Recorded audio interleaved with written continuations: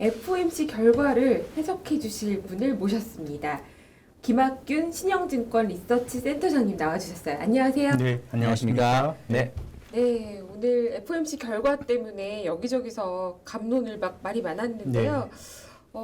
다각도에서 짚어주신다고 하셨어요. 네, 금리 인상폭이 예상대로였다라고 하는데 25bp 인상한 후에 앞으로 속도 조절을 할 거다 그런 발언이 나오면서 미국장은 좀 안도를 한 것 같았어요. 그렇습니다. 어떻게 보셨나요? 제 생각에는 그래도 전체적으로는 좀 투자하는 사람들에게 플러스가 아닐까 생각을 하는데요. 어쨌든 경기가 좀 나빠질 거다라고 하는 거는 그 경기 둔화의 형태가 연착륙이 될 거냐 경착륙이 될 거냐 좀 논란의 여지가 있고, 또 이번에 파월 의장이 미국 경기가 비교적 괜찮다 이런 얘기를 했지만 실제로 시장에서 그런 의심이 되게 많은 것 같아요. 또 이렇게 금리를 열심히 빨리 올렸는데 경기가 또 멀쩡한 것도 이상한 일이고요, 역사적으로 보면. 그래서 금융시장은 얼추 경기 둔화를 주가에 반영했는데, 보통 경기가 나빠지게 되면 인플레이션 부담도 좀 덜어지는 게 일반적인 상례인데, 이제 이번 사이클에서는 연준이 금리 많이 올리고 또 경기가 좀 나빠지더라도 물가 부담이 과연 줄어들 거냐라는 게 있는데, 오늘 회의에서는 사실 인플레이션에 대해서는 어느 누구도 아이디어를 얻기는 어려웠어요. 파월도 그런 얘기는 하지 않았고 인플레 잡겠다고 얘기를 했지만, 근데 금융시장 입장에서는 이번 사이클에서 인플레를 잡기 위해서 좀 강하게 긴축을 하게 되면 지금 물가가 올라가는 원인이 사람들이 과잉 수요 때문에 많이 써서 물가가 올라가면 긴축을 해서 잡을 수 있는데, 여러 가지 요인이 복합적으로 작용을 하기 때문에 제 생각엔 경기가 나빠질 거다라고 하는 그런 우려가 있으니까 연준이 속도 조절론을 얘기를 한 거겠지만, 경기도 나쁜데 금리를 강하게 올린다라고 하는 것보다는 조금 좋은 조합이 아닐까 생각은 하는데, 근데 오늘 아시아 증시도 대만 같은 데도 떨어지고 했잖아요. 이게 크게 보면 파월은 그렇게 말하지 않았지만 어쨌든 좀 경기 둔화라든가 이런 우려가 녹아 들어있는 발언이었기 때문에 시장은 굉장히 좀 국가별로 엇갈리게 반응을 했는데, 저는 중기적으로 보면 이런 스토리로 주가가 바로 올라갈 수 있겠느냐, 여기에 대해서는 그러진 않을 것 같은데, 그래도 우리가 6월에 봤던 저점이 좀 유의미한 저점은 아닌가, 그런 기대는 저는 갖고 있습니다. 전체적으로 좀이라도 플러스 요인이 좀 크다라고 보는 쪽입니다. 지금 두 번 연속으로 75bp 인상해서 사실 중간에 100bp 얘기가 나왔을 때 좀 깜짝 놀랐었다가 지금 약간 안도를 하긴 했지만 저는 개인적으로 75bp는 그럼 괜찮은 수준인 건가.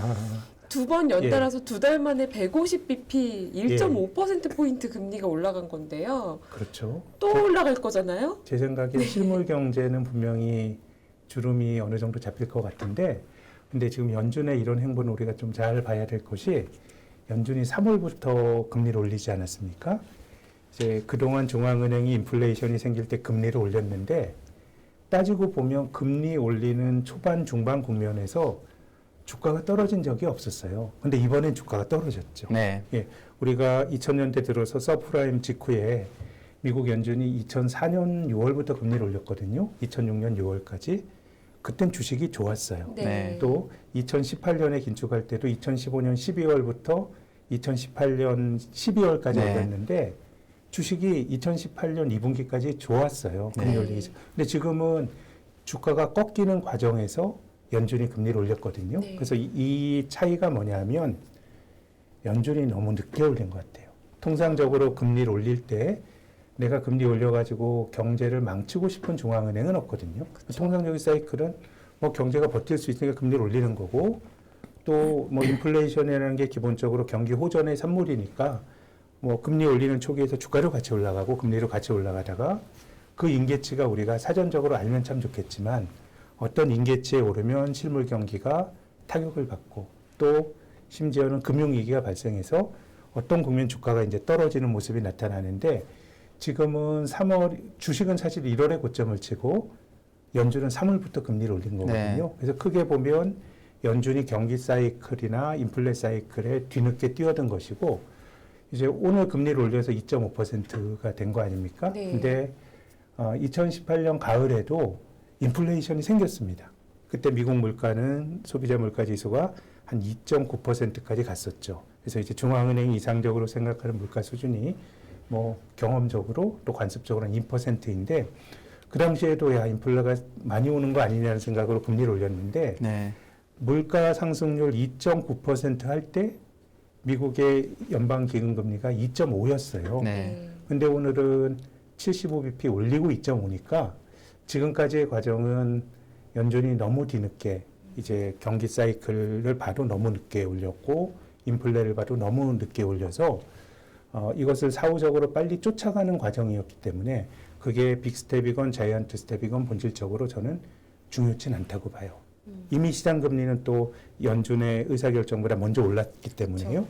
그래서 이제 제 생각에는 미국의 연방 기준금리가 한 3% 정도 간 이후에 행보가 굉장히 중요한데 오늘 파월은 뭐 어떤 얘기도 하지 않았죠. 그래도 5월, 6월과 비교하면 5월, 6월은 약간 명시적인 포워드 가이던스라는 게 있었어요. 네. 네. 그거 75bp 올릴래 했는데 지금은 굳이 따지면 데이터 디펜던스를 네. 보면서 할 텐데 네.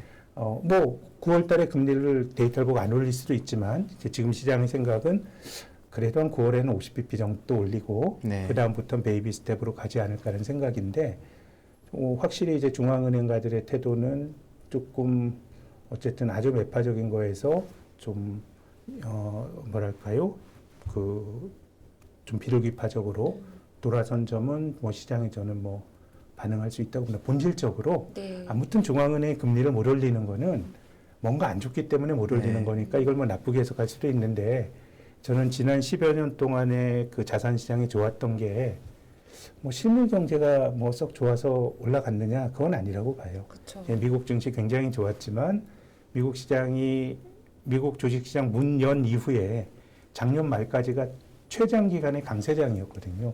근데 그 기간 동안에 미국의 GDP 성장률은 연율하로 1.6%밖에 안 됐어요. 네. 2차 대전 이후 가장 낮은 수준이고.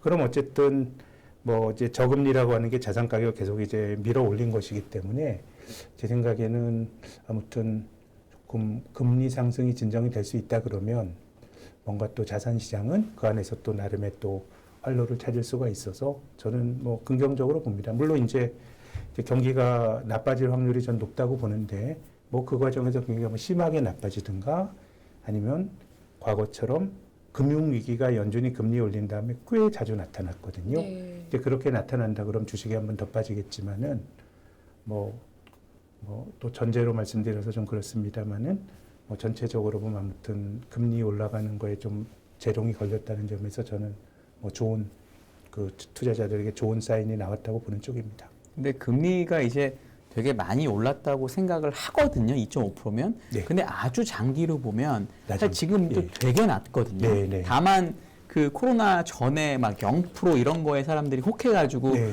거기서 사람들이 부담을 느끼는 건데 네. 모든 게 그렇잖아요. 낮다가 변화하는 과정은 되게 괴롭지만 네. 그게 어느 순간 뭐랄까 딱 여기까지 올라오고 나서 그게 우리의 조건이라고 받아들이고 적응이 나면 되면, 네. 그 다음에는 오히려 상대보다 저금리네? 네. 그러면 오히려 자산 시장이 계속 좋을 수 있다라고 느끼는 그런 효과는 이제 앞으로 없을까요? 왜냐하면 금리 인상이 떨어질 거니까 어쨌든 강도는. 네, 저는 뭐 그럴 수도 있다라는 생각은 좀 드는데 네. 근데 또 다른 측면에서 생각을 해보면 어쨌든 뭐 혹자는 지금 이것이 고금리 세상이 아니고 그 이전에 우리가 긴 역사로 보면 지난 3, 4년이 매우 이례적인 말씀하셨던 저금리니까 정상화의 관점에서 보는 사람도 분명히 있는 것 같아요. 근데 저는 지금 주가가 많이 올랐던 게 과연 성장의 힘이냐, 금리의 힘이냐, 아니면은 또 불평등의 힘이냐. 미국 같은 나라는 경제에서 부가 기업들에 굉장히 많이 갔거든요. 네. 그러니까 경제가 성장을 못하더라도 기업이 많이 가져가게 되면 또 기업의 가치인 주가는 오를 수가 있는 건데 불평등은 조금 이게 지속 가능하지는 않은 측면이 분명히 있는 것 같고 또 성장이라고 하는 것도 제가 뭐 GDP를 말씀드렸지만 뭐 이게 지금 우리가 경제 활동하는 게 꼭 뭐 GDP로 잡히는 거냐 우리가 구글이나 예를 들면은 저는 유튜브에서 음악을 많이 듣거든요. 네. 근데 예전에는 생일 선물로 막 CD 같은 것도 사주고 그랬었어요. 한 20년 전에는. 네. 근데 제가 2만 원 주고 CD를 사는 행위는 GDP에 잡히거든요. 네. 근데 공짜로 듣는 유튜브는 이거 GDP에 거래가 안 되고 하기 때문에 GDP에 안 잡히기 때문에 우리의 경제 활동이 뭔가 이 GDP로 잡히지 않는 게 많아져서 GDP가 좀 경제 활동 반영하지 못하고 있다는 시각도 있지만 그렇지만 뭐 그래도 일반적인 잣대가 성장의 잣대가 GDP란 개념으로 보면 야 그것도 뭐 갑자기 좋아지기는 좀 힘들 것 같고 그래서 저는 좀 금리가 중요하다라고 보는 쪽입니다. 금리가 예.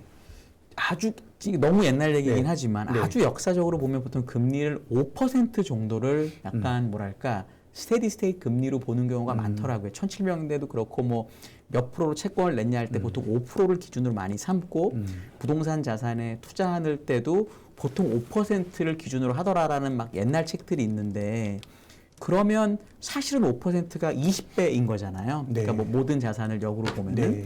근데 아직도 2.5%고 지금 10년물이 2.8이니까 아직도 무위험 자산의 P가 35배 뭐 언저리인 거잖아요. 근데 미국의 대형 예를 들어 정말로 좋아 보이는 주식의 P가 그거보다 월등히 낮아졌다면 얘기하신 그런 금리가 오르고 경기가 둔화하고 뭐 이런 여러 부분이 있는데 그게 반영이 됐다라고 계산을 할 수는 없을까요? 그렇게 생각할 수는? 지금 그 자산 가격이 네. 상당 부분 많은 걸 반영하고 있고 혹시나 그런 건 아닐까. 그러니까 결국 저희는 어차피 경제가 망가지고 저희 듣는 분들이 경제가 망가지는 것도 궁금하지만 결국은 자산 가격이 어떻게 될 거냐에 이제 포커스를 맞추는 거고 아까 말씀하신 대로 뭐 불평등 다 좋은데 결국은 내가 불평등해도 나는 위로 불평등하겠다라는 생각을 다들 갖고 있잖아요. 그래서 그런 차원에서는 혹시 너무 좀 긴 얘기긴 하지만 혹시 어떻게 보시는지. 저는 사실 그렇게 아주 구체적으로 밸류에이션은 해보진 못했지만 네네. 금리나 인플레이션 같은 게 예를 들어서 뭐 한 3% 금리 또 한 3% 물가 이런 것들이 어떤 각도에서 보느냐에 따라 굉장히 높은 인플레이션, 높은 금리로 볼 수는 있겠습니다만은 뭐 그런 정도라 그럼 저는 자산시장 쪽에서는 좀 기회가 있을 거라고 네. 보는 쪽이고요. 그래서 네네. 지금 자산시장 입장에서 가장 큰 딜레마는 아무튼 인플레건 뭐건 통제 못할 상황이 생겨서 금리가 많이 올라가는 게 사실 딜레마인데 그런 점들은 좀 오늘 연준도 그렇습니다만은 이제 약간 속도 조절에 얘기를 했다는 의미가 있는 것 같고 또 한편으로는 이제 중앙은행가들이 투자하는 사람들 부자 만들어 주려고 그랬을 거냐라고 생각해 보면 그건 아닌 것 같고 지금 이제 우리가 사상 초유의 저금리라고 하는 것도 얘기를 했습니다만은 또 다른 측면에서는 사상 초유의 과잉 부채거든요. 네. 그러니까 어떻게 보면 부채가 너무 많아요. 그래서 이걸 뭘 건드리게 되면 뭔가 경제가 좀 지탱하기가 힘든 어려움이 좀 있는 것 같은데 저는 그 뿌리를 2008년부터 찾고 싶은데요. 네. 2008년도 가을철에 리먼 브로더스가 파산하고 네. 우리가 그 스산한 아주 좀 어려운 가을을 보냈는데 그 다음에 AIG, 메릴린치 다 살려줬어요. 네. 근데 그 직후에 그 당시 연준 의장이었던 버냉키가 그 당시를 회고하면서 야, 이게 뭐 AIG는 날리면 이건 정말 시스템적인 리스크가 오니까 우리가 살려줬어요라고 얘기를 하지만 저는 그 해석은 그냥 대마불사로 봐요. 네. 리먼을 날리고 나서 그 사회적 비용이 너무 크다 보니까 그냥 그렇게 살리고 온 거거든요. 네. 그럼 지금 우리 사회에서 벌어지고 있는 일도 보면 지금 한국 사회는 특히 주택을 가지고 뭔가 내가 리스크 테이킹을 해서 집을 산 사람과 아닌 사람들이 되게 뭐 벼락거지라는 얘기도 나오고 하는데 네. 그래서 부채를 진 사람에게 뭔가 그 인센티브를 주는 게 사회적으로는 정치적으로 굉장히 부담이 많이 되는 네. 거고요. 네. 그래서 요즘 뭐 청년 그 대출 124조 원인가요? 이거를 탕감은 아니지만 만기를 연장해 주면서 해주겠다는 거 아니에요? 그래서 이제 댓글도 엄청나게 그러면 빚내서 코인 사고 집 산 사람에게 면제부를 주는 거냐라고 주장한 것도 의미도 있는데 지금 자영업자 보시면 모든 것들이 그냥 뭐 그냥 연장하는 것밖에 없는 상황인 네. 것 같아요. 근데 지금은 한국뿐만 아니라 모든 자본주의가 그런 식으로 가고 있어서 저는 이제 중앙은행이 금리를 꼭 인플레이션만 타깃으로 해서 통화정책을 하기 힘든 것이 부채의 문제가 굉장히 큰 것이고 저는 그것의 어떤 풍선 효과가 뭐 자산시장에서 좀 나타날 수도 지금도 나타났지만 앞으로도 그런 것들이 좀 자산시장이 다시 또 리커버리가 될 수 있는 중요한 근거들 아닌가 생각합니다. 그러니까 부채를 생각보다 많이 지고 있는데 네. 그 부채를 꺼트리는 방법으로는 그러니까 정책을 쓰기가 어렵고 네. 그 부채는 남아 있는 상태에서 어쨌든 유동성은 금리가 낮은 상태로 유지가 되면은 이게 지나가고 나면 자산시장에 기회가 있을 수도 있다. 요렇게 해석을 할 수 있을까요? 지난 10년의 과정도 그렇고요. 그래서 뭐 혹자는 이 또 불황이나 경기 후퇴가 꼭 나쁘기만 한 건 아닌 것이 경기가 나빠지면서 비효율적인 경제 주체가 퇴출이 되고 그러면 살아남은 기업들은 수혜를 누리거든요. 네. 우리나라 전 은행들을 보면서 그런 생각이 드는 것이 한국의 은행들이 요즘 1년에 4조씩 벌거든요. 4조 원. 근데 외환위기 직전에 우리나라의 유수의 시중은행들이 1,500억 원 벌기도 힘들었어요. 그럼 이제 기업이익이 한 20배 넘게 늘어났는데 은행이 내수 비즈니스거든요. 뭐 한국의 내수가 외환위기 이후로 그렇게 팽창 안 했고요. GDP도 외환위기 직전보다 딱 2배 커졌어요. 그럼 은행들이 왜 그렇게 돈을 많이 버냐? 그 직전에 우리가 아는 많은 시중은행들이 경쟁하다가 남은 4개 그 그룹으로 재편이 되면서 그들이 돈을 버는 거거든요.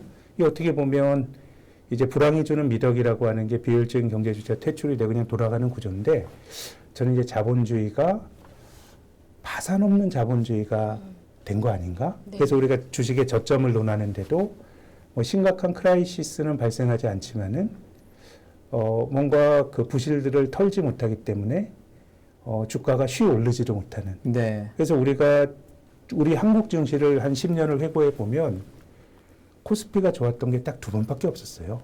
2017년, 2020년. 나머지는 그럼 주식에서 크게 낭패를 받냐?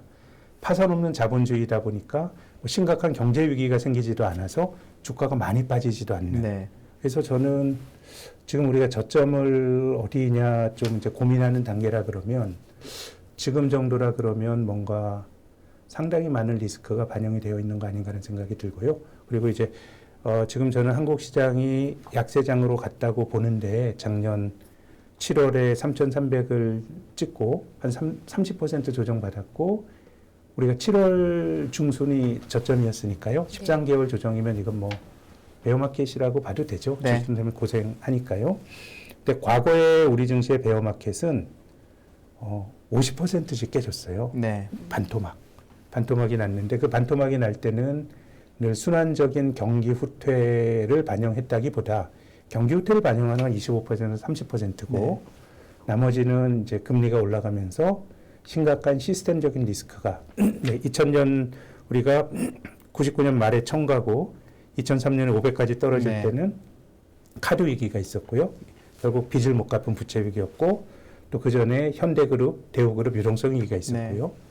2008년도에 2000에서 940까지 갈 때는 뭐 우리가 원인 제공장 아니었습니다만은 미국의 서브프라임 문제가 있었고 이런 게 다 금융 위기의 형태예요. 부채 위기인데 저는 이제 자본주의가 뭔가 부채를 가볍게 털고 가기에는 계산하기도 힘들고 그래서 어떤 파산을 막고 시스템적인 리스크를 막는 자본주의로 이미 간 거 아닌가 싶고요. 뭐 그걸 극단적으로 보여주는 사례가 우리가 뭐 배워야 될 사례는 아니지만 뭐 일본이잖아요. 네. 예, 뭐 금리 올리지도 못해요. 그러면서 이제 야 우리가 지금 이 어려운 시기만 버티면 미국도 올 가을 정도가 되면 스탠스가 바뀔 거야라는 기대로 버티는 건데 어떤 점에서 보면 일본과 다른 나라들이 많이 다르지만 저는 부채 문제를 놓고 보면 그냥 일본화가 된 거 아닌가?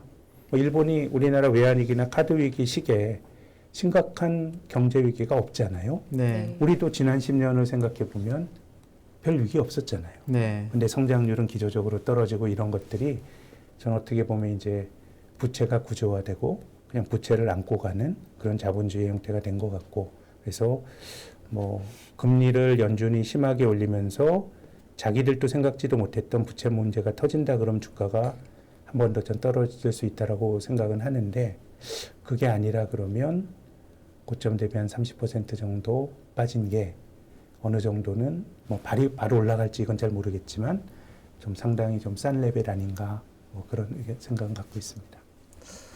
근데 지금 말씀하신 네. 부분이 이제 금융위기로 안 간다면이라는 전제이고 네. 연준이 금리를 올리는 것도 이제는 이제 깜짝 놀랄 만큼 올리지는 못하는 순간 그 변곡점은 좀 지났다. 인상 폭에 대해서는 이제 크게 걱정을 안 한다라는 전제인 건데요. 이제 그러려면은 대전제가 인플레이션이 잡혀야 될 텐데 이 부분은 어떻게 보시나요? 저는 인플레이션을 잡으려 그러면 탈이 날 거라고 보는 쪽입니다. 왜냐하면 중앙은행이 금리를 올려서 과연 인플레를 잡을 수 있을 거냐라고 하는 좀 냉소적인 생각도 있고요. 이게 뭐 사람들이 많이 써서 발생하는 수요발 인플레이션이라 그러면 뭐 금리 올리고 경기가 둔화되면 되는데 지금 뭐 우리나라 기업들이 뭐 미국에 뭐 100조 투자한다는 거 아니에요? 그러면 왜 투자 안 했을까? 미국이란 나라가 재산권 보호도 잘 되고 시장도 큰 건데 그럼 이들이 투자하는 게 과연 경제 논리인가 정치 논리인가 생각을 해보면 뭔가 이제 밸류체인이 바뀌는 과정에서 이제 세계화가 확연하게 후퇴가 되고 이것이 크게 보면 제 생각에는 좀 비싼 비효율이 만들어지는 거고 통제하기 힘든 인플레 요인이 저는 존재한다고 봅니다. 그럼 우리가 세계화 시대에 모든 걸 경제적으로 의사결정을 내리고 경제적 효율이 최선이던 시대의 물가 상승률이 2% 정도가 아이디어란 수준이었다 그러면 제 생각에는 그런 물가의 레벨 자체가 매우 좀 높아지는 거 아닌가라는 생각이고 이제 그럼에도 불구하고 중앙은행이 저는 자산시장이나 경제에 내재가 된 가장 큰 리스크는 중앙은행의 오판이라고 봅니다. 어쨌든 인플레이션도 그 자체가 주는 경제적 해악이 있거든요. 그래서 내가 너는 내가 꼭 잡고 말 거야라고 하면서 계속해서 매파적으로 나간다 그러면 그 인플레는 뭔가 경제가 큰 탈이 나면서 이제 물가가 잡히게 될 텐데 지금 이제 과잉부채 구조이기 때문에 그래서 제 생각에는 중앙은행가들의 통화 정책이 바뀌는 것이 인플레를 우리가 관념적으로 생각했던 적정한 수준까지 낮춰서가 아니라 그냥 적당히 높은 물가와 예를 들면 한 3에서 4%의 물가 상승률과 또 거기에 조응하는 금리 수준이 이것이 균형점 아닌가라는 생각이 들고요. 그래서 뭐 인플레를 잡아야 된다라고 하는 게 뭐 그 자체가 뭐 하나의 뭐 대의나 목적이 된다 그러면 그 과정에서 비용이 굉장히 클 것 같아요. 물론 이제 금리 이렇게 올렸는데 그럼 금융위기를 발생시키는 금리의 레벨이 어디냐? 이건 사실 알 수가 없죠. 지금 뭘 건드릴 수도 있지만 그래도 전체적으로 보면 우리가 2.5% 금리라는 건 못 봤던 수준이 아니고 그런 거라 그러면 한 3% 연방기금 금리가 3% 도달했을 때에 연준의 스탠스가 매우 중요한데 오늘 파월은 거기에 대해서 약간은 조금의 유연한 그런 가능성들을 놔줬기 때문에 그래서 인플레를 걱정하는 입장에서 보면 제 생각에는 오늘 파월이 너무도 나약하다고 평가를 할 수 있을 것 같고 또 부채와 투자자 입장에서 보면 저는 뭐 퇴로를 마련해 놓은 것도 나름 합리적인 또 그런 쪽으로 가는 게 맞지 않겠는가. 그러면 연준이 인플레가 충분히 잡히지는 않는다고 하더라도 부채 문제와 이 경기 침체 문제가 더 확산이 되는 모습이 조금이라도 감지가 되면 금리에 대해서는 조금 완화적으로 지금보다는 완화적인 스탠스로 돌아설 수 있다라고 센터장님께서는 저는 보시나요? 그렇게 봅니다. 벌써 오늘 경기가 파월은 괜찮다고 했지만 굉장히 높은 확률로 금리 올라가면 탈이 발생합니다. 그러니까 우리가 70년대에 하이퍼 인플레이션을 끝냈던 파월 의장이 미국의 금리를 20%까지 올린 다음에는 미국 경제가 80년대 때 굉장히 어려웠죠. 사회적으로도 인플레도 문제지만 그렇게 그 경기를 억압을 하니까 워싱턴에 있는 연준 사무실에 미국 농부들이 트랙터 같은 거 가지고 막 시위를 하기도 했고 또 금리를 그렇게 올리면서 달러 가치가 굉장히 강해지니까 멕시코 같은 나라, 라틴 아메리카 외환위기가 났던 게 80년대 초 긴축 후에 나타났던 모습이고요. 80년대 후반에 또 연준이 긴축한 후에는 미국의 주택대부조합이라고 하는 2008년 금융위기보다는 조금 강도가 약하지만 그거보다는 조금 약한 규모의 금융위기를 겪었고요. 미국이. 또 94년도에 금리 올린 다음에는 미국은 뭐 잘 버텼지만 멕시코가 탈이 났고 그게 태국이나 한국으로 외환위기 형태로 나타났고 러시아까지 가는 신흥국이 쑥대밭이 됐죠.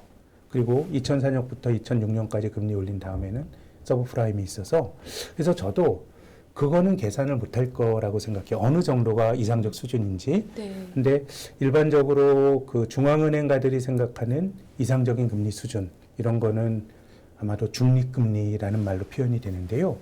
근데 이 중립금리는 어떻게 보면 실제하는 값이 아니고 일종의 사람들 마음속에 있는 이상적인 이데아예요. 그래서 파월이 올해 1월 달에 솔직하게 말했는데 뭐 우리가 중앙은행가들이 찍는 점도표가 장기적으로 보면 이제 중립금리에 가까운 개념인데요. 우리도 중립금리의 개념이 어딘지 모른다. 네. 근데 금리를 올리다 보면 경제 지표가 반응을 하고 또 경제보다 또 빠르게 반응하는 주식시장의 반응을 보면서 우린 그걸 판단을 내릴 거다인데 2008년도는 미국이 기준금리를 5.25까지 올렸죠. 네. 그리고 탈이 났는데 그 당시에 뭐 연준에서 뭐 금융위기를 일으키고 싶었던 의도는 없었을 거예요. 근데 올리다 보니까 어떤 임계치를 확 건드렸던 것인데 그래서 저는 그 임계치가 어디인지는 아무도 모르겠지만 부채가 많이 늘어난 상황에서의 통화정책은 중립금리 수준은 통상적인 수준보다는 좀 당위적으로라도 많이 낮아져야 되는 거 아닌가. 그리고 어떤 그런 것이 현실화될 수 있는 가능성을 7월 FOMC가 보여줬다라고 생각하는 쪽입니다. 만약에 부정적으로 좀 보려면 옛날에는 그러니까 버냉키가 QE라는 걸 도입하기 전에는 네. 문제가 터졌을 때 해결할 수 있는 방법은 금리 인하밖에 없다고 생각을 했으니까 금융위기를 되게 무서워하고 금융위기를 안 하려고 노력할 수 있다고 보는데 조금 나쁘게 보면 이번에는 그냥 아예 너무 인플레가 높으니 금융위기를 확 유도를 하고 대신 물가를 한번 잡은 다음에 또 QE 써서 우리가 또 경제를 돌리지 이렇게 생각할 수 있는 가능성은 혹시 없을까요? 생각은 뭐 할 수도 있겠다라는 생각이 듭니다만은 네. 그러기에는 이 과잉 부채에서는 그걸 과연 중앙은행가들이 계산할 수 있는가? 경제라고 하는 거는 다이내믹스거든요. 한쪽이 터지면 생각지 않게 터지는 연쇄작용이 어떻게 보면 시스템 리스크의 전이 형태인 거고 그래서 저는 한국이나 뭐 이런 것들 보면 이미 그런 걸 하기에는 어떤 임계치를 자본주의가 많이 좀 넘어선 거 아닌가. 그래서 위로도 잘 못 올라가고 우리 증시가 상당 기간 장기 박스권에 머물렀다고 말씀을 드렸는데 그런 나라들이 많아요. 거의 혁신이 있었던 미국은 기술주 중심으로 올랐고 유럽에 있는 상당수 나라들이 주식이 장기적으로 보면 2010년 이후로 퍼포먼스가 좀 부진하거든요.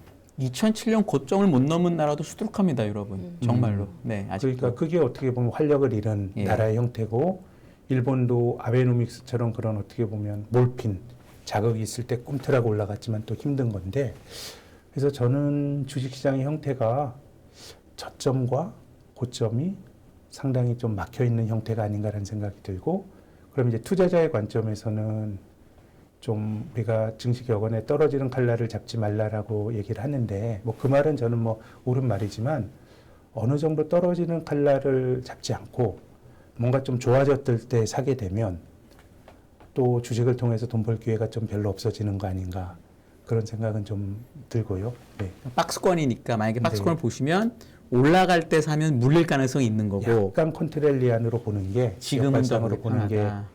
길게 보면 나쁠 때 사지 않으면 지난 10년은 큰 기회가 별로 없었던 것 같아요. 예. 사실 어젯밤에 미국 증시는 많이 반등을 했는데 네. 오늘 이제 아시아 증시 앞에서 서두에서도 말씀해 주신 것처럼 사실 좀 실망스럽게 끝났어요. 네, 네. 그게 어떻게 보면은 지금 이제 75bp 인상한 거가 미래에 대한 우려를 이미 증시가 반영했다라고 말씀을 하시면서 지금 좀 저점권에 와 있다라고 말씀하셨지만 시장은 아니 아직 그게 네. 안 온 게 아닐까라는 우려를 하고 있는 건 혹시 아닌지. 뭐 사실 뭐 거기는 뭐 정답이 있을 수는 없는데요.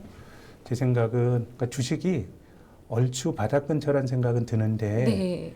지금 어쨌든 연준의 스탠스가 살짝 후퇴한 그것도 경기 침체, 아까 매우 높은 확률로 경기 침체가 와서 그래서 이번 사이클은 약간의 좀 스태그플레이셔널이한 현상이 있었던 것 같아요. 사실 주식이 안 되면 채권이 돼야 되는데 지금은 주식과 채권이 같이 깨지는 형태였거든요. 그래서 이번 사이클에서는 벌써 이미 채권은 뭔가 바닥을 치고 금리의 고점을 치고 떨어지는 네. 것 같고 네. 시차를 두고 또 경기가 나빠진다면 이건 채권엔 좋은 일이고요. 근데 주식은 또 경기를 바라보는 자산이니까 그래서 뭐 본격적으로 올라가기보다는 그냥 연준의 굉장히 어떤 매파적인 형태에서 파생될 수 있는 시스템적인 리스크 이런 것들은 오늘 제 느낌으로는 좀 완화가 되는 것 같고 그렇지만 이제 경기 후퇴라고 하는 건 또 우리가 피해가기 힘드니까 뭐 주식의 반응은 그 정도 아닌가. 그래서 이것이 본격적으로 올라가는 트리거라기보다는 우리가 상반기는 거의 반등도 없이 떨어졌잖아요. 이제 뭔가 바닥을 좀 확인시켜주는 혹은 바닥을 다져주는 그런 시그널 정도로 저는 생각합니다. 우리 증시도 뭐 연속성을 가지고 쭉 올라가긴 좀 힘들지 않을까 생각합니다. 이 정도가 근데 우리가 뭐 타이밍을 참 잘 알면 좋은데 이제 뭐 그런 거는 뭐 늘 힘든 일이니까 좀 시간을 이길 수 있는 사람이라 그러면 지금 정도 주가가 뭐 한번 주식을 사볼 만한 가격 아닌가 뭐 그런 감은 갖고 있습니다. 이건 어떻게 보세요? 요즘에 이제 계속 많이 나오는 말이 여러 가지 신호가 예를 네. 들어 소득이 낮은 사람의 뭐 연체율이 올라갈 수 있다라든지 네, 네. 또는 젊은 사람들의 주택 소유 비율은 떨어지고 네. 나이 많은 분들의 주택 소유 비율이 올라간다든지 뭐 이런 여러 가지를 보면서 요런 일이 그다음에 이제 장단기 금리 차가 역전됐기 때문에 네. 요렇게 되면 앞으로 경기 침체가 올 거기 때문에 주식이 더 빠진다는 논리도 있는데 네. 요걸 반대로 해석해서 네. 그런 일들이 있기 때문에 이미 미국은 상반기에 GDP가 마이너스가 난 거고 네. 이거를 1년이나 2년 후에 데이터를 그려보면은 그 경기 침체 기간에는 이렇게 회색띠가 딱 생기잖아요. 그래서 나중에 데이터를 보는 사람은 이거 보라고 이런 데이터가 있었으니까 그때 회색띠가 생긴 거다라고 이미 얘기할 정도가 지나간 게 아닐까 미국은. 우리나라는 아직 그런 일은 없지만 그럼 한국은 이제 올 거고 네. 이런 그림은 어떻게 보세요? 근데 미국이 그냥 지금 지표들이 GDP가 오늘 발표가 됐나요? 모르겠어요. 오늘 나올 때까지는 안 나와요. 근데 뭐 테크니컬하게 2분기로 마이너스 성장을 뭐 가능성 거론됐으니까 네. 그럼 이제 기술적인 경기 후퇴인 건 맞죠? 네. 근데 내용으로 보면 2분기 GDP 숫자를 보면 뭐 좀 들어봐야 되겠지만 1분기 역성장은 경기 후퇴는 아니었던 것 같아요. 네. 왜냐하면 1분기에 미국 GDP가 마이너스 성장 나왔던 게 일단 정부가 재정 지출을 덜 했고요. 뭐 경기가 좋아지니까 발을 뺀 거고 두 번째는 이제 미국의 무역 수지 적자가 많이 늘어서 네. 순수출이 GDP를 끌어내린 건데 그 이제 미국 사람들 소비가 굉장히 좋았다는 얘기잖아요. 네. 그래서 저는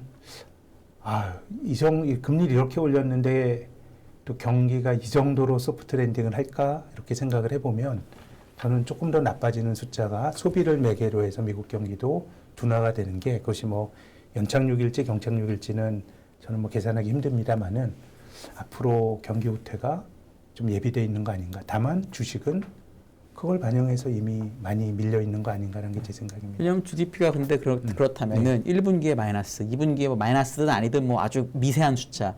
그러면 경기 침체라는 걸 만약에 받아들이면 네. 3분기, 4분기도 되게 숫자가 나빠야 되잖아요. 네, 네. 그러면 1년 내내 나쁘다라는 건데 미국의 과거 데이터를 보면 그렇게 1년에 나쁜 경우는 리만 사태나 뭐 이럴 때 아니면 그런 경우가 없거든요. 그러면 지금 우리가 경제의 체력이나 금융기관의 건전성을 봤을 때 과연 1년 내내 경기 침체가 나오는, 그러니까 회색띠가 굵어지는 시기인 거냐 지금이.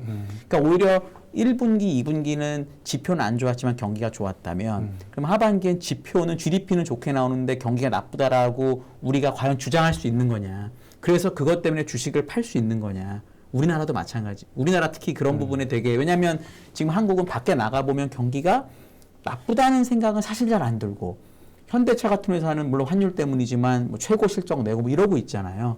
그런 거랑 지표랑 이게 괴리가 났을 때 어떻게 주식에 대응하는 게 맞는 건지 미국하고 다 지금 마찬가지인 것 같아가지고. 저는 뭐 그 경기 둔화 리스크를 주가 반영하고 있다고 생각은 하는데 네.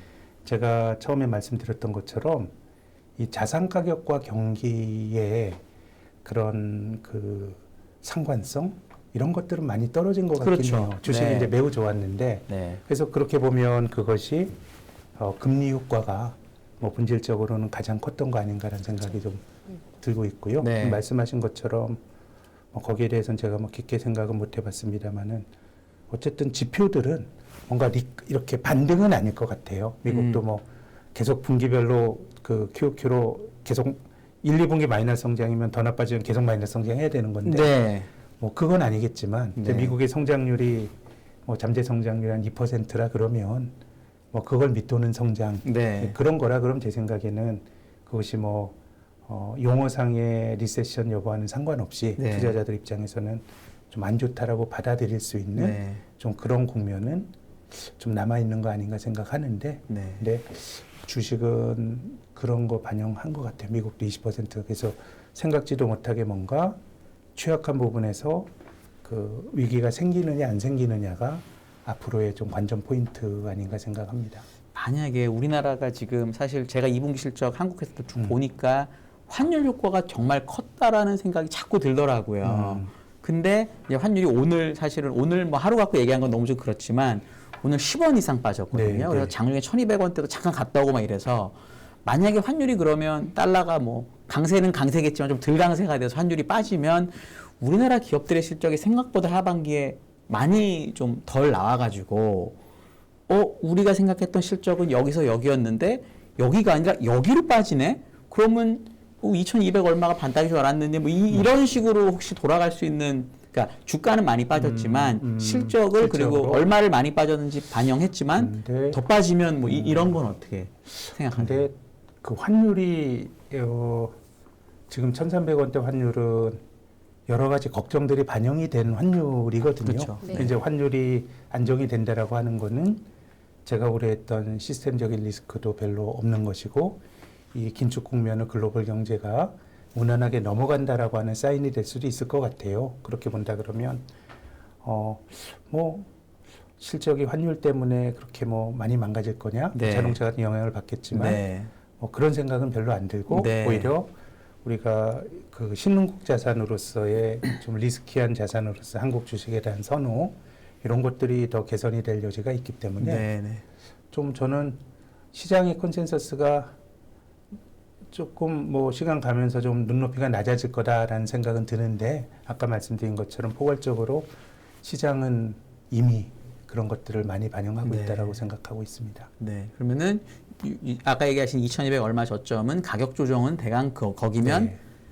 거의 된 것 같다. 네. 이렇게 보시는 것 같고 대신 여기서부터 남은 기간은 뭐 기간 조정이든 박스권이든 이제 좀 좁게 보고 하는 게 맞는 것 같다라는 게 현재 시장에 대한 의견이신 예, 거죠. 제 의견은 그렇습니다. 네, 그래서 뭐 배당주나 그 주가가 많이 떨어지면서 배당 수익률이 작년 배당 기준으로 한 7% 넘는 기업이 한 70개 정도는 되더라고요. 네. 그래서 물론 뭐 회사가 나빠져서 주가가 떨어져 배당률이 높아지는 것도 있지만 어쨌든 그런 징후가 많이 좀 싸진 거기 때문에 그래서 저는 언제부터 본격적으로 오를 거냐 여기에 대해서는 뭐 잘 모르겠어요. 시장이 센터장님 경기도나- 모르시면 안 되는데. 아니 뭐늘 몰랐죠. 뭐 더 잘 아시니까. 25년 이상 보셨는데. 다만 네. 이제 투자라는 게 그걸 잘 맞추기는 누구나 힘들고 네. 대략 저점이냐 너무 과열이냐 네. 이런 상식적인 판단이 매우 중요한 것 같은데 근데 우리 마음이 시키는 대로 하면 뭐 저를 포함해서 참 올라갈 때는 조바심이 나고 겁이 없어지고 떨어질 때는 또 겁이 너무 많아지는데 우리 그 가계 자금이 3,100 넘어서 많이 들어왔거든요. 네. 한 70조 원 정도가 들어왔어요. 그러면 지금이 좀 뭐 안전한 거 아닌가요, 상대적으로? 네. 예, 그리고 종합주가 지수라는 게 2000년대 들어서 외환위기 이후로 한국 코스피가 2년 연속 떨어진 적이 없었어요. 네. 근데 한 해 떨어지면 그 다음에 더 떨어지는 것도 굉장히 좀 이례적인 일이었고 물론 과거가 미래를 보장해 준 건 아니지만 미국도 2차 대전 이후로 한 80년 보면 S&P 500이 2년 연속 떨어졌던 사례가 2번밖에 없어요. 70년대 오일 쇼크 때 닷컴 버블 붕괴했을 때. 그래서 이제 주식이 뭐 작년 말 대비 한 20% 정도씩 주요한 나라 밀려 있는데 물론 뭐 이게 뭐 그 바닥이라고 누가 보장하겠어요. 다만 지금은 투자를 할 때는 좀 많이 흥분할 때는 저는 회의주의가 좋다고 생각해요. 의심 많이 하고 사람들이 흥분할 때는 좀 비관적 회의주의 편에 서고 또 너무 시장이 또 얼어붙어 있을 때는 낙관적인 회의주의자 편에 서는 게 맞다고 보는데 지금이 전 그런 국면 아닌가. 다만 이게 뭐 언제 올라갈지는 뭐 저도 잘 모르지만 좀 여윳돈을 가진 사람이고 배당을 받으면서 한번 좀 버텨볼 만한 그런 좀 대안들은 있는 국면 아닌가 저는 그렇게 보고 있습니다. 근데 이미 어떻게 보면 코스피가 7월 달에 조금 반등을 좀 하기는 했잖아요. 네. 네. 너무 미미한데? 네. 너무 미미해서 물론 이제 이거는 과거에 비하면 레벨 꿈틀 자체가 아니에요? 굉장히 꿈틀? 낮지만 7월 한 달 수익률이 플러스잖아요. 지금. 그렇죠. 네. 플러스고 네. 이게 어떻게 보면 공포는 조금 지나가고 네. 약간의 반등을 보인 게 지금 이 정도가 아닐까라는 또 시각에 대해서 어떻게 거기에 생각하시는지요? 대해서는 네. 좀 의견을 드릴 수 여전히 있을 너무 것 비관적인 같은데 건가요? 네. 일단 보면 3,300에서 1,200포인트 빠지고 100포인트 올라온 거니까 네. 보통 우리가 뭐 3분의 1 반등 이런 얘기 하잖아요. 그러면은 뭐 2,000한 뭐 500까지 가더라도 그거는 뭐 통상적인 반등이에요. 우리가 그 반등 구간 있을 때는 세상이 바뀌었다라고 생각할 수 있지만 그리고 90년대 이후에 뭐 지금 우리가 베어마켓에 접어들었다고 치고요.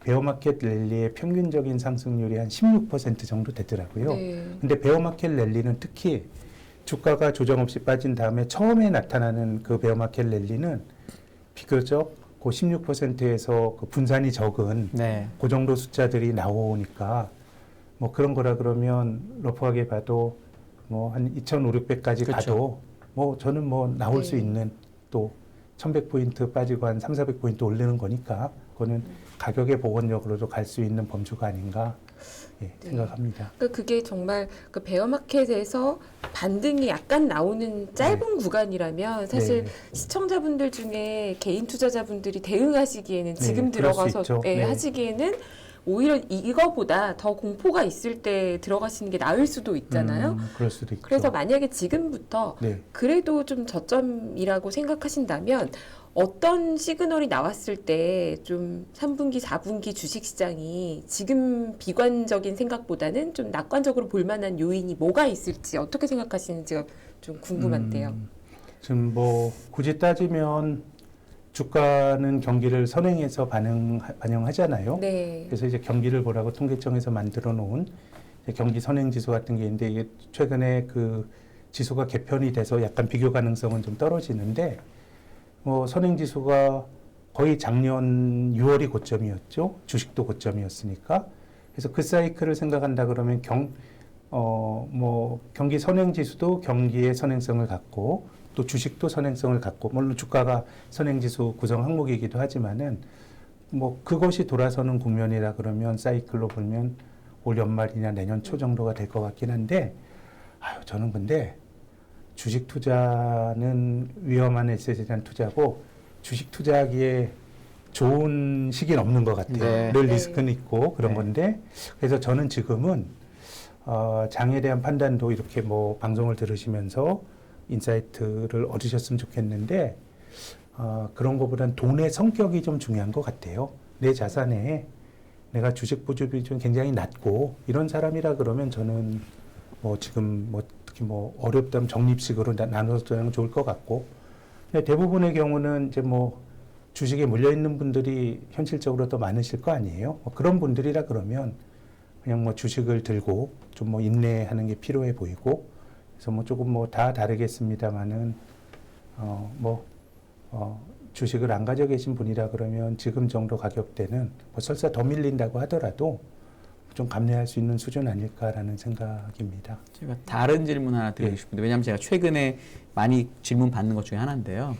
요즘에 코스피의 거래량이 되게 작잖아요. 네. 근데 거래 대금이 작은 상태에서 지금 약간 긴다고 하나 이렇게 약간 네. 반등하잖아요. 네. 어떤 분들은 거래 대금이 안 실린 반등은 가짜다. 네, 라고 네. 하는 분들도 있는 반면에 네. 또 옛날에 제가 어떤 아주 100년 이상 된 대가의 책을 보면은 오히려 거래 대금이 없는 상태에서 주식이 움직이는 게 진짜 반응이고 오히려 거래가 터지면서 갈 때 조심해서 나와야 된다라고 얘기하는 사람도 있거든요. 근데 보통은 전자가 더 많이 회자되긴 네. 하는데 네. 요즘 거래 대금이 너무 낮으니까 네. 전자에 너무 많이 현혹이 돼가지고 이거 다 가짜라고 생각하는 분들도 있는 것 같아요. 어떻게 보세요? 글쎄 거래대금과의 인과성이 좀 그것도 많이 떨어진 거 아닌가? 많이 떨어졌다고 보세요. 그때 좀 다른 거 아닌가 싶은데요. 네. 예, 그럼 뭐 보기에 따라서 네. 뭐 너무 빠져서 사람들이 이제 파는 힘이 약해지니까 거래가 약하다라고 볼 수도 있고 또 사는 힘이 또 약하다고 볼 수도 있고 뭐 네. 동전의 양면 아닌가 싶고 그래서 거래 대금의 주가 설명력은 아무튼 좀 많이 떨어진 거 아닌가 저는 뭐 그런 감은 갖고 있습니다. 별로 네. 거래 대금에 연연치 말자 이렇게. 저는 왜 뭐 네. 여러 가지로 해석이 될 수 있는 거기 때문에 네. 이것이 뭐 좀 어떤 절대적인 임플리케이션을 줄 수 있는 변수는 아니지 않은가 그렇게 생각합니다. 그러면 이제 얼마 안 남았지만 그래도 제일 개인분들이 많이 궁금해하시는 어떤 그래도 아까 배당 얘기 하셨지만 네. 어떤 업종이 좋을 것 같은지나 어떤 종목 이런 거는 이제 좀 그래도 좀 감을 주시면 어떨까요? 그래도 박스권이라고 해도 그래도 좋을 수 있으니까 뭔가는. 네. 저는 이제 한 사이클이 끝난 건 맞는 거죠. 우리가 직전에 나타났던 강세장이. 근데 그 강세장에서 좋았던 종목이 그 다음 사이클에서 좋은 경우는 별로 없는 것 같아요. 네. 근데 그거는 우리가 어떤 주식을 샀을 때 그 주식을 샀을 때 가졌던 판단이 틀려서가 아니고 예를 들면 우리가 얼마 전까지 미국의 기술주들이 4차 산업혁명을 주도한다는 기대가 있었는데 아마도 그런 기대는 제 생각에는 틀리지 않았을 거예요. 우리가 닷컴 버블 때 주식을 사면서 세상이 우리가 뭐 메일도 컴퓨터로 보내고 쇼핑도 인터넷에서 하는 그런 세상이 열렸어요. 그러니까 그 판단은 맞았는데 주식이라고 하는 거는 그 아주 그 시세 분출 이후에 주가가 크게 재미가 없었거든요. 네. 저는 그것이 세상에 대한 판단이 잘못돼서가 아니라 그 주식 안에 여러 가지 기대가 너무 많이 투영이 돼서 그런 것 같아요. 좋아질 거까지.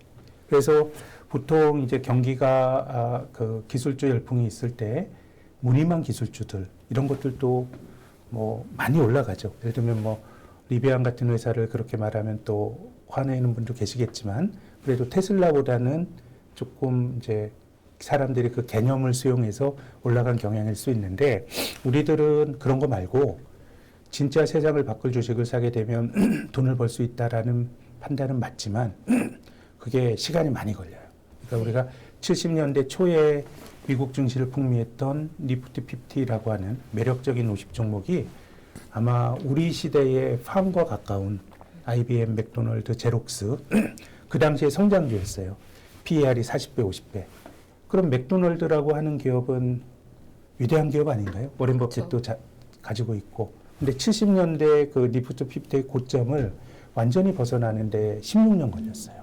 한번 시세 분출하고. 네. 또 마이크로소프트라고 하는 회사, 이 회사는 정말 위대한 회사죠. 왜냐하면 닷컴 버블 때 20년 전에 닷컴 버블 때도 미국에서 시가총액 나스닥에서 1위 했는데 네. 이번 사이클에서도 20년 후에도 1위를 했으니 진짜 좋은 기업이죠. 근데 마이크로소프트도 PER이 닷컴 버블 때 50배에 가니까 그 꺾이는 과정에서 주가가 한 65% 정도까지 조정을 받았고 바닥을 치고 주도주가 되기보다는 몇 년 동안 재미가 없는 흐름이거든요. 그래서 저는 이제 미국 기술주도 많이 떨어져서 베어마켓 랠리가 이미 좀 시작이 된 거 아닌가 이런 감을 갖고 있는데요. 베어마켓 랠리에서 가장 많이 올라가는 종목은 직전에 가장 많이 떨어진 종목이에요. 네. 그리고 우리가 큰 사이클이 꺾였다 그러면 올라가는 과정에서 가장 많이 올랐던 미국의 기술주들이 많이 밀린 거거든요. 그러면은 저는 지금 국면이 뭔가 자산에 대한 리밸런싱. 이를테면 기술주가 다음 사이클에서 좋기보다는 이런 것들이 뭔가 좀 그 포트폴리오를 다변화할 수 있는 기회로 활용하실 필요가 있지 않을까라는 조언을 드리고 싶어요. 특히 한국의 투자자분들이 특히 해외 자산은 너무 기술주에 많이 올인이 되어 있어서요. 그럼 예를 들어 한국 업종으로 보면은 그러면 그런 개념이면 그 은행이나 뭐 소비재나 이런 쪽을 더 얘기하시는 거로 저희가 네, 저도 뭐 밸류에이션 알아도 비싼 될까요? 주식보다는 네. 뭐 전통 산업에 속하고 특히 우리 시장이 제가 앞서서 뭐 크게 경제에 샥이 없어서 없다라면 주가가 바닥이라고 조건부로 말씀드렸고 그런 생각을 갖고 있는데 이제 그거는 위쪽으로도 시장이 잘 못 올라가는 형태가 될 가능성이 높아요. 그러면 이 배당이 주는 미덕이라는 게 또 박스권 장세에서는 의미가 있기 때문에 지금은 배당 수익률이 좀 높은 종목들 또 안정적으로 배당을 주는 종목들, 배당 수익 높은 종목들이 대부분 좀 이제 전통 산업에 속한 기업들이 많으니까 다음 사이클에서는 좀 그런 종목들이 대안이 아닐까. 우리가 높은 인플레를 안고 산다 그러면 아마존 같은 경우는 우리가 인플레를 막는 기업, 아마존 때문에 이제 디플레가 생긴다, 싸게 산다 그랬는데 이번에 인플레 국면에서 보니까 제 판단은 인플레에 대한 내구력이 없는 거 아닌가요? 네. 그냥 판을 깔아놓고 가장 싸게 우리 플랫폼을 이용해라고 하는데 기본적으로 내가 재고를 갖고 있는 것도 아니고 사실 재고를 갖고 있으면 인플레 국면에서는 개념적으로는 조금 유리하거든요. 자산을 들고 있으면 가격이 올라가니까. 그래서 전통 우리가 조금 높은 수준의 인플레가 지속이 된다 그러면 뭐 팡이라든가 이런 기업들보다는 좀 그 현실 경제에 뭔가 기반이 있고 자기가 창고도 갖고 있고 이런 종류의 비즈니스가 좀 낫지 않을까라는 생각은 드는데 좀 업종이나 여기에 대해서는 특별한 뭐 말씀드릴 만한 아이디어는 없고 좀 배당 수익률을 가지고 종목들을 소팅해봐도 상당히 대안들이 많이 있지 않을까라는 조언을 드리고 싶습니다. 한국은 이제 배당을 많이 주는 회사들이 있는데 네. 배당의 안정성이 좀 많이 떨어지잖아요. 예를 들어 규제던 아니면 네, 뭐 예를 네. 들어 중간 배당 하기로 했다가 경기 좀 안 좋다고 안 한다든지. 그러니까 이래서 지금의 배당 수익률 가지고 소팅을 했다가 뭔가 나빠지면 주가도 빠지면서 배당도 같이 빠져서 양방으로 터질 수 있는 사실은 가능성도 있거든요. 근데 그 배당 기준은 어떻게 볼까요? 제 생각에는 네. 배당의 연속성이 제일 중요한 것 같아요. 그러니까 과거를 예, 보고 그러니까 네. 지금의 배당 수익도 중요하지만 네. 6, 7년의 추세도 꼭 같이 보실 필요가 있는 게 저는 배당이라고 하는 거는 그 회사의 철학이 반영이 되는 것이고 또 정말 배당에 진심인 기업은 배당에 굉장히 신중하게 갈 수밖에 없어요. 그렇죠. 내가 배당을 줬다가 배당금을 줄이면 시장에 우리 회사 상황이 나빠져서라는 보여주는 꼴이니까 기본적으로 배당은 경직적이거든요. 좋은 기업은 이익이 줄어도 배당금을 확 줄이지 않고요. 네. 이익이 늘어났다고 배당을 또 확 늘리지도 않아요.